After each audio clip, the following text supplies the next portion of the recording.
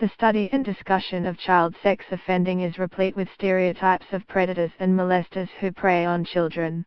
These stereotypes are often used to characterize child sexual abuse as the problem of a deviant minority, and so the only available response is to identify and incarcerate those responsible.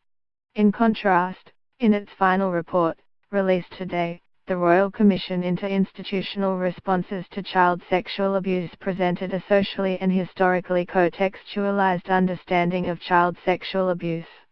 While accepting that some institutional abusers are fixated, persistent pedophiles, the Commission found the majority are not.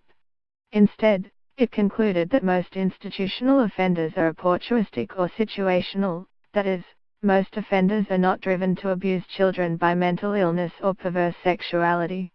Instead, institutional sexual abuse arises through an interaction of personal, situational, institutional and social factors. These interactions have been shaped by the historical period and the circumstances in which children and adults find themselves. By placing institutional abuse within its larger context, the Commission has made the prevention and identification of child sex offending a collective responsibility. A psychosocial model of offending. Child sex offenders are a diverse group.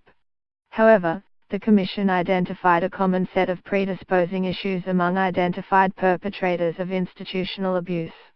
These included adverse childhood experiences, interpersonal and emotional difficulties, and cognitive distortions about children and sexuality. Personal risk factors can be exacerbated within institutional settings. Institutional cultures and hierarchies can foster feelings of superiority or impunity among ordained or lay members. Abusive sexualities form where adult entitlement and authority facilitate close contact with children in institutional settings. Disrupting the process of an ethical sexual development in institutional settings requires multiple strategies. The Commission identified 10 standards that are essential for all child-focused institutions. It is also calling for a national framework and a national office for child safety. Importantly, the Commission recognized the lack of early intervention initiatives for men who think they are at risk of abusing children. It recommended the establishment of information and help-seeking services for men concerned about their sexual feelings toward children. This is a major service gap in Australian responses to child sexual abuse. Abuse in religious contexts. Several recommendations relate to the governance structures of churches and religious denominations in order to enhance democratic decision-making, accountability and transparency.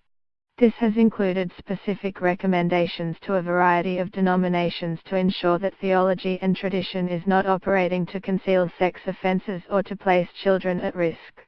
The Commission flagged clericalism, the belief that ordained people are superior to the laity, as a contributing factor to child sexual abuse.